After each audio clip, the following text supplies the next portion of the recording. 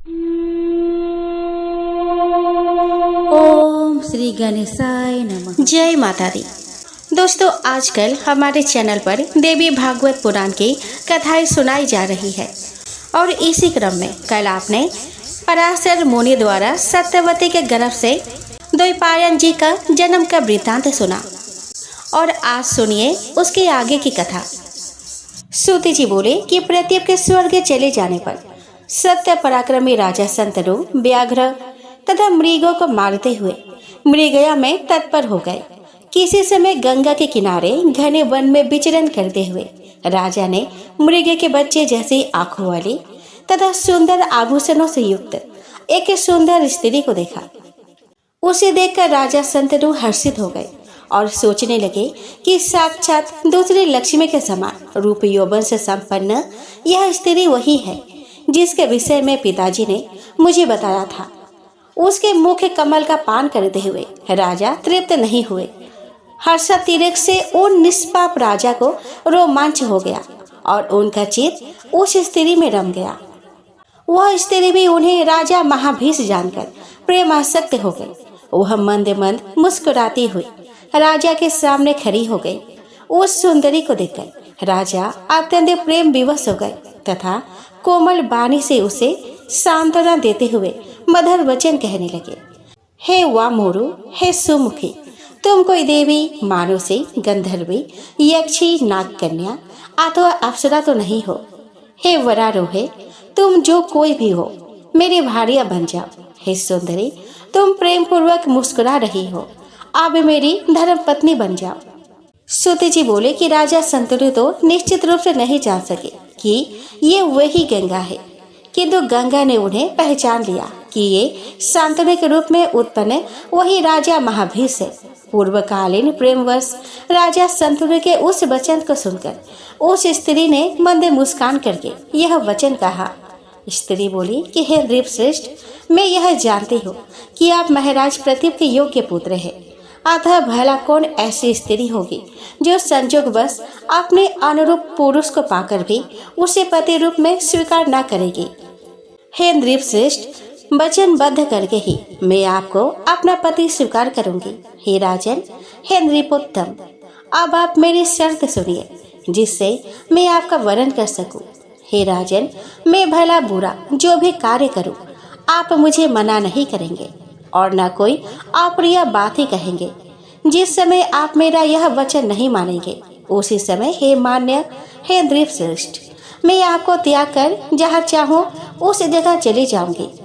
उस समय प्रार्थना पूर्वक वसुओं के जन्म ग्रहण करने का स्मरण करके तथा महाभीष के पूर्वकालीन प्रेम को अपने मन में सोच करके गंगा जी ने राजा शंतनु के तथास्तु कहने पर उन्हें अपना पति बनाना स्वीकार कर लिया। इस प्रकार मानवीय रूप धारण करने वाली रूपवती तथा सुंदर वर्ण वाली गंगा महाराज शंतनु की पत्नी बनकर राजभवन में पहुंच गई। राजा शंतनु उन्हें पाकर सुंदर उपवन में विहार करने लगे। भावों को जानने वाली वे सुंदरी गंगा भी राजा शंतनु के साथ विहार करने लगी। उनके साथ महाराज शंतनु को क्रीड़ा करते अनेक वर्ष बीत गए पर उन्हें समय बीतने का बोध ही नहीं हुआ। वे उन मृगलोचना के साथ उसी प्रकार विहार करते थे जिस प्रकार इंद्राणी के साथ इंद्र, सर्वगुण संपन्ना गंगा तथा चतुर शंतनु भी दिव्य भवन में लक्ष्मी तथा नारायण की भांति विहार करने लगे। इस प्रकार कुछ समय बीतने पर गंगा जी ने महाराज शंतनु से गर्भ धारण किया और यथा समय उन सुनयनी ने एक वसु को पुत्र के रूप में जन्म दिया। उन्होंने उस बालक को उत्पन्न होते ही तत्काल जल में फेंक दिया। इस प्रकार दूसरे, तीसरे, चौथे, पांचवें, छठे और सातवें पुत्र के मारे जाने पर राजा शंतनु को बड़ी चिंता हुई। उन्होंने सोचा कि अब मैं क्या करूं, मेरा वंश इस पृथ्वी पर सुस्थिर कैसे होगा। इस पापिड़ी ने मेरे 7 पुत्र मार डाले। यदि इसे मैं रोकता हूँ तो यह मुझे त्याग कर चली जाएगी। मेरी अभिलषित 8वां गर्भ भी इसे प्राप्त हो गया है। यदि अब भी मैं इसे रोकता नहीं हूँ तो यह इसे भी जल में फेंक देगी। यह भी मुझे महासंदेह है कि भविष्य में कोई और संतति होगी अथवा नहीं। यदि उत्पन्न भी हो तो पता नहीं कि यह दुष्टा उसकी रक्षा करेगी अथवा नहीं। इस संशय की स्थिति में मैं अब क्या करूं? वंश की रक्षा के लिए मुझे कोई दूसरा यत्न करना ही होगा। तदंतर यथा समय जब वह 8वां ध्रुव नामक वसु पुत्र रूप में उत्पन्न हुआ, जिसने अपनी स्त्री के वशीभूत होकर वशिष्ठ की नंदिनी गौ का हरण कर लिया था, तब उस पुत्र को देखकर राजा शंतनु गंगा जी के पैरों पर गिरते हुए कहने लगे कि हे तनवंगी, मैं तुम्हारा दास हूँ। हे सुचिस्मते, मैं प्रार्थना करता हूँ कि मैं इस पुत्र को पालना चाहता हूँ, अतः इसे जीवित ही मुझे दे दो। हे करभोरु, तुमने मेरे 7 सुंदर पुत्रों को मार डाला, किंतु इस 8वें पुत्र की रक्षा करो। हे सुश्रोणी, मैं तुम्हारे पैरों पर पड़ता हूँ। हे परम रूपवती, इसके बदले तुम मुझसे जो भी मांगोगी मैं वह दुर्लभ वस्तु भी तुम्हें दे दूंगा। अब तुम मेरे वंश की रक्षा करो। वेद विद्य विद्वानों ने कहा है कि पुत्रहीन मनुष्य की स्वर्ग में भी गति नहीं होती। इसी कारण हे सुंदरी, अब मैं इस 8वें पुत्र के लिए याचना करता हूँ। राजा शंतनु के ऐसा कहने पर भी जब गंगा उस पुत्र को लेकर जाने को उद्धत हुई, तब उन्होंने अत्यंत कुपित एवं दुखित होकर उनसे कहा कि हे पापिनी, अब मैं क्या करूं? क्या तुम नरक से भी नहीं डरती? तुम कौन हो?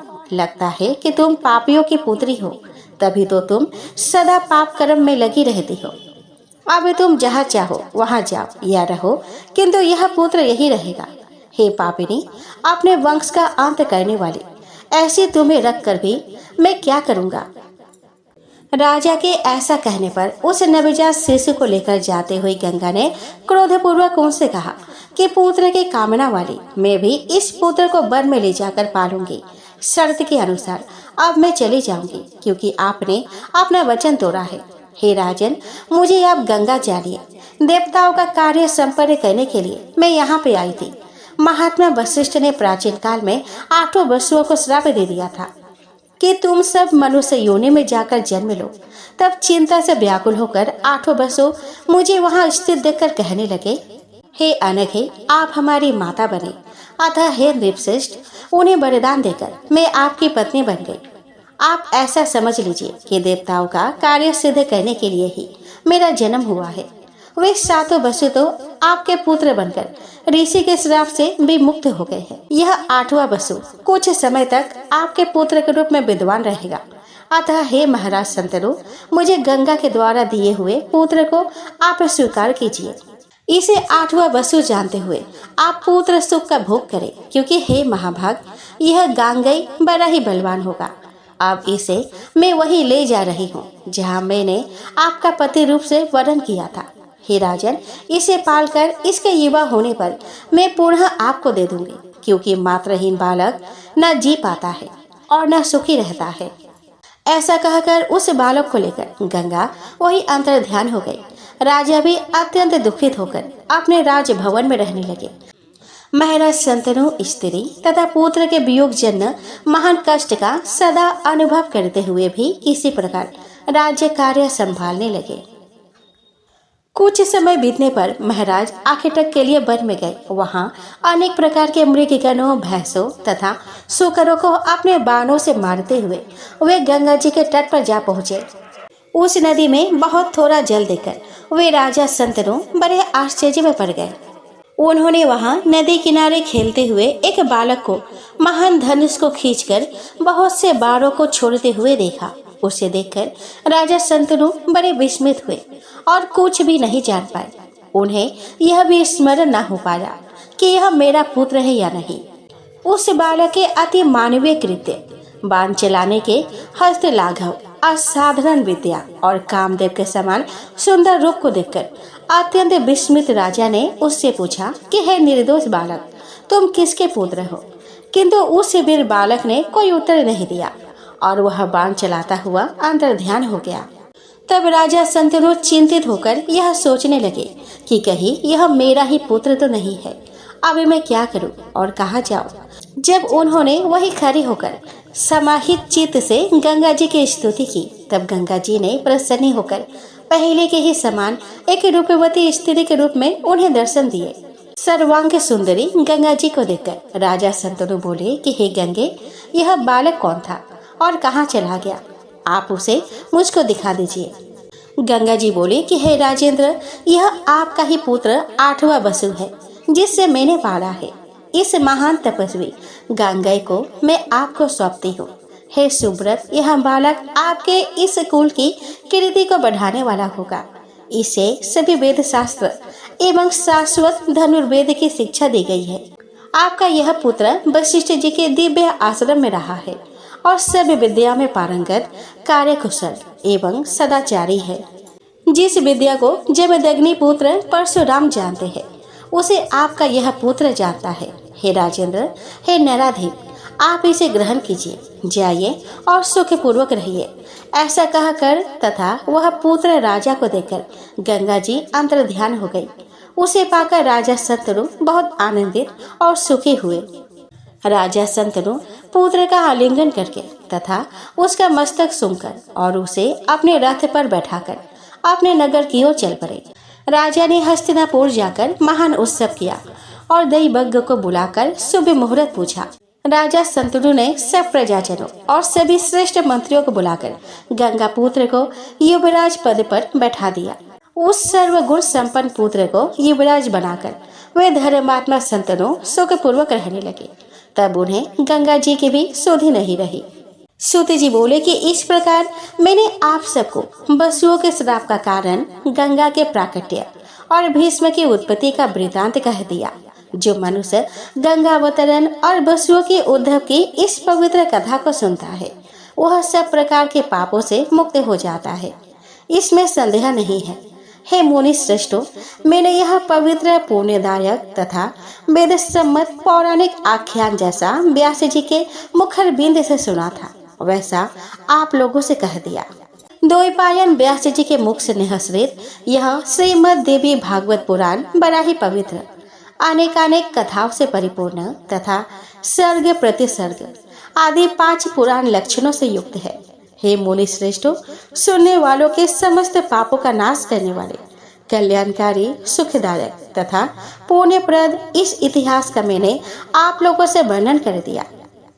ऋषिगण बोले कि हे लोम हर्षण तन्य सूत जी, आपने श्रापवश अष्टवसुओं के जन्म तथा गंगा जी की उत्पत्ति का वर्णन किया। हे धर्मज्ञ व्यास जी की सत्यवती नाम की साध्वी माता, जो पवित्र गंध वाली थी, वे राजा शंतनु को पत्नी के रूप में कैसे प्राप्त हुई, यह हमें विस्तार के साथ बताइए। महान धर्मनिष्ठ राजा शंतनु ने निषाद पुत्री के साथ विवाह क्यों किया? हे सुब्रत, यह बताकर आप हमारे संदेह का निवारण कीजिए। सूत जी बोले कि राजश्री शंतनु सदा आखेटक करने में तत्पर रहते थे। वे वन में जाकर मृग, महेश और उरु मृगों का वध किया करते थे। राजा शंतनु केवल 4 वर्ष तक भीष्म के साथ उसी प्रकार के सुख से रहे जिस प्रकार भगवान शंकर कार्तिकेय के साथ आनंद पूर्वक रहते थे। एक बार वे महाराज शंतनु वन में बांध छोड़ते हुए बहुत से गैंडों और सुकरों का वध करते हुए किसी समय नदियों में श्रेष्ठ यमुना के किनारे जा पहुँचे। राजा ने वहां पर कहीं से आती हुई उत्तम गंध को सूंघा। तब उस सुगंध के उद्गम का पता लगाने के लिए वे वन में विचरने लगे।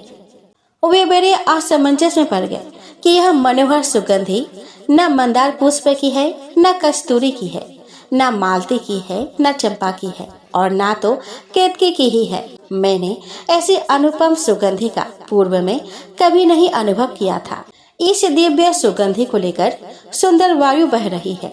मेरे घ्राणेंद्रियों को मुग्ध कर देने वाली यह वायु कहाँ से आ रही है? इस प्रकार सोचते विचारते राजा शंतनु गंध के लोभ से मोहित सुगंधित वायु का अनुसरण करते हुए बने प्रदेश में विचरण करने लगे। उन्होंने यमुना नदी के तट पर बैठी हुई एक दिव्य दर्शन वाली स्त्री को देखा, जो मलिन वस्त्र धारण करने और श्रृंगार न करने पर भी मनोहर दिख रही थी।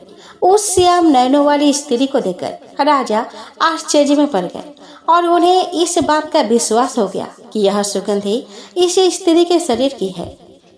उसका अद्भुत एवं अतिशय सुंदर रूप सब प्राणियों का मन स्वाभाविक रूप से अपनी ओर आकर्षित करने वाली सुगंधी, उसकी अवस्था तथा उसका वैसा शुभ नव यौवन देखकर राजा शंतनु को महान विस्मय हुआ। यह कौन है और इस समय यह कहाँ से आई है? यह कोई देवंगना है या मानवीय स्त्री यह कोई गंधर्व कन्या अथवा नाग कन्या है। मैं इस सुगंधा कामिनी के विषय में कैसे जानकारी प्राप्त करूं?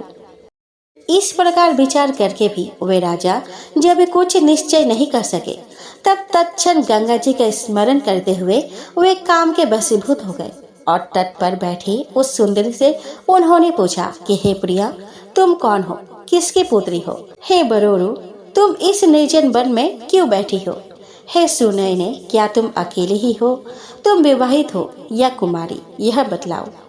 हे अराल नेत्र, तुम जैसी मनोरमा स्त्री को देखकर मैं कामातुर हो गया हूँ।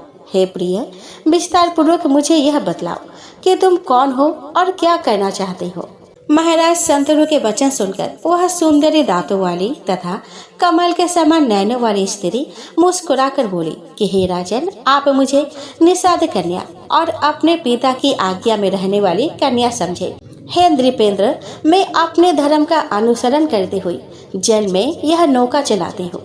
हे अर्थपति, पिताजी अभी ही घर गए हैं, आपके सम्मुख यह बातें मैंने सत्य कही है। यह कहकर वह निषाद कन्या मौन हो गई। तब काम से पीड़ित महाराज शंतनु ने उससे कहा कि मुझे कुरुवंशी वीर को तुम अपना पति बना लो, जिससे तुम्हारा यौवन व्यर्थ न जाए। मेरी कोई दूसरी पत्नी नहीं है, अतः हे मृगनयनी, तुम मेरी धर्म पत्नी बन जाओ। हे प्रिय, मैं सर्वदा के लिए तुम्हारा वशवर्ती दास बन जाऊंगा। मुझे कामदेव पीड़ित कर रहा है। मेरी प्रियतमा मुझे छोड़कर चली गई है, तब से मैंने अपना दूसरा विवाह नहीं किया। हे कांते, मैं इस समय विधुर हूँ। तुम जैसे सर्वांग सुंदरी को देखकर मेरा मन अपने वश में नहीं रह गया है। राजा की अमृत रस के समान मधुर और मनोहारी बात सुनकर वह दास कन्या सुगंधा सात्विक भाव से युक्त होकर धैर्य धारण करके राजा से बोली कि हे राजन, आपने मुझसे जो कुछ कहा वह यथार्थ है, किंतु आप अच्छी तरह जान लीजिए कि मैं स्वतंत्र नहीं हूँ। मेरे पिताजी ही मुझे दे सकते हैं, अतएव आप उन्हीं से मेरे लिए याचना कीजिए। मैं एक निषाद की कन्या होते हुए भी स्वेच्छाचारिणी नहीं हूँ। मैं सदा पिता के वश में रहती हूँ, सभी काम करती हूँ। यदि मेरे पिताजी मुझे आपको देना स्वीकार कर दे, तब आप मेरा पानी ग्रहण कर लीजिए और मैं सदा के लिए आपके अधीन हो जाऊंगी। हे राजन, परस्पर आसक्त होने पर भी कुल की मर्यादा तथा परंपरा के अनुसार धैर्य धारण करना चाहिए। सूति जी बोले कि उस सुगंधी की यह बात सुनकर कामातुर राजा उसे मांगने के लिए निषाद राज के घर गए। इस प्रकार महाराज शंतनु को अपने घर आया देखकर निषाद राज को बड़ा आश्चर्य हुआ और उन्हें प्रणाम करके हाथ जोड़कर वह बोला। निषाद ने कहा कि हे राजन, मैं आपका दास हूँ। आपके आगमन से मैं कृतकृत्य हो गया। हे महाराज, आप जिस कार्य के लिए आए हो मुझे आज्ञा दीजिए। राजा बोले कि हे अनग, यदि आप अपनी यह कन्या मुझे प्रदान कर दें तो मैं इसे अपने धर्म पत्नी बना लूंगा। यह मैं सत्य कह रहा हूँ। निषाद ने कहा कि हे महाराज, यदि आप मेरे इस कन्या के लिए प्रार्थना कर रहे हैं तो मैं अवश्य दूंगा, क्योंकि देने योग्य वस्तु तो कभी आदाय नहीं होती है। किंतु हे महाराज, आपके बाद इस कन्या का पुत्र ही राजा के रूप में अभिषिक्त होना चाहिए, आपका दूसरा पुत्र नहीं। सूत जी बोले कि निषाद की बात सुनकर राजा शंतनु चिंतित हो उठे। उस समय मन में भीष्म का स्मरण करके राजा कुछ भी उत्तर ना दे सके। तब कामातुर और चिंतित राजा राजमहल में चले गए। उन्होंने घर जाने पर न स्नान किया, न भोजन किया और न शयन ही किया। तब उन्हें चिंतित देखकर पुत्र देवव्रत राजा के पास जाकर उनकी उस चिंता का कारण पूछने लगे कि हे नृपश्रेष्ठ, कौन सा ऐसा शत्रु है जिसको आप जीत ना सके? मैं उसे आपके अधीन कर दूंगा। हे नृपोत्तम, आपकी क्या चिंता है? मुझे सही सही बताइए। हे राजन, भला उस उत्पन्न हुए पुत्र से क्या लाभ जो पैदा होकर अपने पिता का दुख ना समझे तथा उसको दूर करने का उपाय ना कर सके। ऐसा कुपुत्र तो पूर्व जन्म के किसी ऋण को वापस लेने के लिए आता है, इसमें किसी प्रकार का संदेह नहीं है। दशरथ के पुत्र रामचंद्र जी भी पिता की आज्ञा से राज्य त्याग कर लक्ष्मण और सीता के साथ वन में चले गए तथा चित्रकूट पर्वत पर निवास करने लगे। इसी प्रकार हे राजन, राजा हरिश्चंद्र का पुत्र जो रोहित नाम से प्रसिद्ध था, अपने पिता की इच्छा अनुसार बिकने के लिए तत्पर हो गया और खरीदा हुआ वह बालक ब्राह्मण के घर में सेवक का कार्य करने लगा। आजीगर्त ब्राह्मण का एक श्रेष्ठ पुत्र था जो सुनहसेप नाम से प्रसिद्ध था। खरीद लिए जाने पर वह पिता के द्वारा युग में बांध दिया गया, जिसे बाद में विश्वामित्र ने छुड़ाया था। पूर्व काल में पिता की आज्ञा से ही परशुराम ने अपनी माता का सिर काट दिया था, ऐसा लोक में प्रसिद्ध है। इस अनुचित कर्म को करके भी उन्होंने पिता की आज्ञा का महत्व बढ़ाया था। हे पृथ्वीपति, यह मेरा शरीर आपका ही है। यद्यपि मैं समर्थ नहीं हूँ, फिर भी आप कहिए मैं आपकी क्या सेवा करूँ। मेरे रहते आपको किसी प्रकार की चिंता नहीं होनी चाहिए। मैं आपका असाध्य कार्य भी तत्काल पूरा करूँगा। हे राजन, आप बताइए कि आपको किस बात की चिंता है। मैं अभी धनुष लेकर उसका निवारण कर दूंगा। यदि मेरे इस शरीर से भी आपका कार्य सिद्ध हो सके तो मैं आपकी अभिलाषा पूर्ण करने को तत्पर हूँ। उस पुत्र को धिक्कार है जो समर्थ होकर भी अपने पिता की इच्छा को पूर्ण नहीं करता। जिस पुत्र के द्वारा पिता की चिंता दूर न हुई, उस पुत्र का जन्म लेने का क्या प्रयोजन।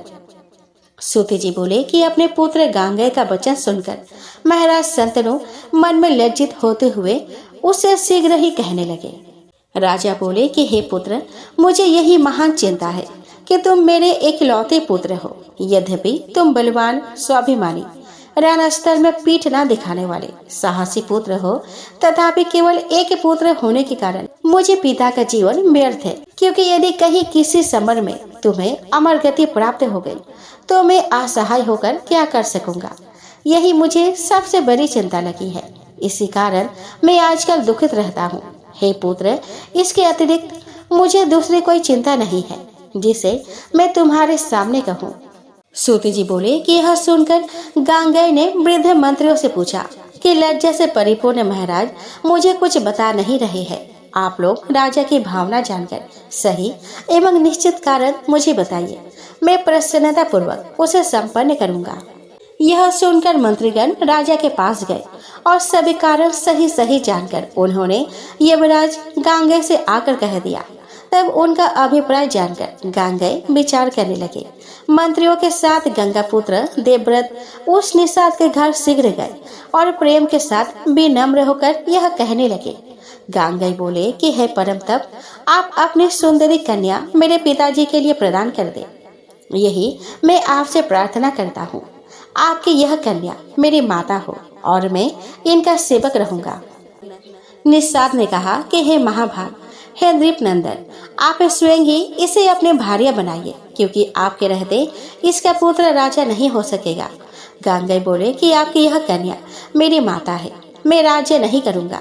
इसका पुत्र ही निश्चित रूप से राज्य करेगा, इसमें कुछ भी संदेह नहीं है। निषाद ने कहा कि मैंने आपकी बात सही मान ली, परंतु यदि आपका पुत्र बलवान हुआ तो वह बलपूर्वक राज्य को निश्चय ही ले लेगा। गांगेय बोले कि हे तात, मैं कभी विवाह नहीं करूंगा। मेरा यह वचन सर्वथा सत्य है। यह मैंने भीष्म में प्रतिज्ञा कर ली है। सूत जी बोले कि गांगेय द्वारा की गई ऐसी प्रतिज्ञा सुनकर निषाद ने उन राजा शंतनु को अपने सर्वांग सुंदरी कन्या सत्यवती सौंप दी। इस प्रकार राजा शंतनु ने प्रिया सत्यवती से विवाह कर लिया। वे द्वीप श्रेष्ठ शंतनु पूर्व में सत्यवती से व्यास जी का जन्म नहीं जानते थे।